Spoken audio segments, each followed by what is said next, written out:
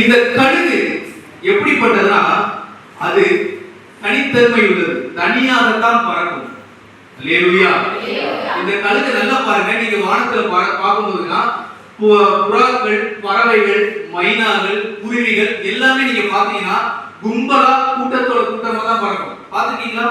அது எப்படாவது அரிதுதான் ஒரு சில பறவைகள் தனியா பறக்கும். ஆனா இந்த கழுகு பாத்தீங்கன்னா எப்பொழுதுமே அது உயர்ந்த இடத்துல தனியா பறக்கும். அப்படி நான் தான் எல்லாருக்குமே மேல அப்படின்ற மாதிரி தனியா பறக்கும். அப்ப இந்த கழுகின் தன்மை என்னன்னா அது தனியாய் பறக்கக்கூடியது. அப்ப இதுல இருந்து என்ன நமக்கு கற்றுக்கொள்கிறோம்னா, நம்ம இந்த ஊரோட இருக்கிறோம், உலகத்தோட ஒற்று இருக்கிறோம், குடும்பத்துல சேர்ந்து இருக்கிறோம். ஆனால் நாம் தனித்துவம் வாய்ந்தவர்களாக இருக்க வேண்டும். அல்லேலூயா. நாம் தனித்துவம் உள்ளவர்களாக இருக்க வேண்டும். அப்ப யாருமே பேசக்கூடாது, இல்ல நான் தனியா இருக்கணும், நம்ம குடும்பத்துல ஒரு அப்படி நான் சொல்ல வரல. நல்லா புரிந்து கொள்ளுங்க. நீங்கள் கூட்டமாக இருந்தாலும் கூட்டத்தில் ஒருவராக இருக்க வேண்டும், கூட்டத்தில் ஒருத்தியாக இருக்க வேண்டும். அதைத்தான் ஆண்டவர் எதிர்பார்க்கிறார். இது பறவைகள் எல்லாமே ஒண்ணுதான், கழுகு, புறாக்கள் எல்லாமே பறக்கக்கூடியதான். ஆனா கழுகு பாருங்க, அது தனியா பறக்கும், தனியா இருக்கும். அப்போ நம்ம எப்படி இருக்கோம்னா, நம்ம கூட்டத்துல தான் இருக்கோம், குடும்பத்துல தான் இருக்கோம், நல்ல ஃப்ரெண்ட்ஸ் கூட தான் இருக்கோம். ஆனா நீங்க தனித்து காணப்பட்டிருக்கோம்.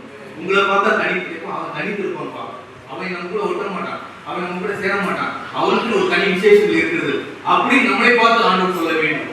தாவீது அவன் குடும்பத்தோடு இருந்தாலும், அவங்க அண்ணன் கூட உறவாக இருந்தாலும் தனித்து காணப்பட்டான் தாவீது. அவனுக்கிட்ட ஒரு விசேஷ அபிஷேகம் இருந்தது தாவீது கிட்ட.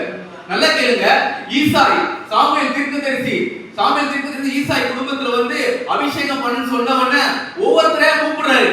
இவன் இல்ல இவன் இல்ல இவன் இல்ல சொன்ன. அப்ப யார் தான் இருக்கா? இவ்வளவுதானே உங்களுக்கு பிள்ளைகள் சொன்ன? இல்ல, ஒருத்தன் இருக்கிறான், அவன் ஆடு மேய்ச்சிட்டு இருக்கான். அதுதான் ஆண்டவர் தனித்து வச்சிருக்காரு. அல்லேலூயா. அவனை கூப்பிட்டு வாங்கப்பா, அவனை தான் அபிஷேகம் பண்ண போறேன்னு சொல்லி அங்க சாமுவேல் தீர்க்கதரிசி இருக்கிறார். அல்லேலூயா. அப்ப பாருங்க, தாவீது குடும்பத்துல இருந்தாலும், அண்ணன் தம்பி உறவுக்குள்ள இருந்தாலும் தாவீது தனித்து காணப்பட்டான். அதைத்தான் ஆண்டவர் தெரிந்து கொண்டார். அல்லேலூயா. அப்ப நம்முடைய வாழ்க்கையில நல்லா கவனிச்சு கொள்ளுங்க. நம்ம தனித்து காணப்படுங்க. நம்மளை பார்த்தா அவங்க சொல்லணுங்க, எப்பா இவன் என்னதான் இருந்தாலும் இவன்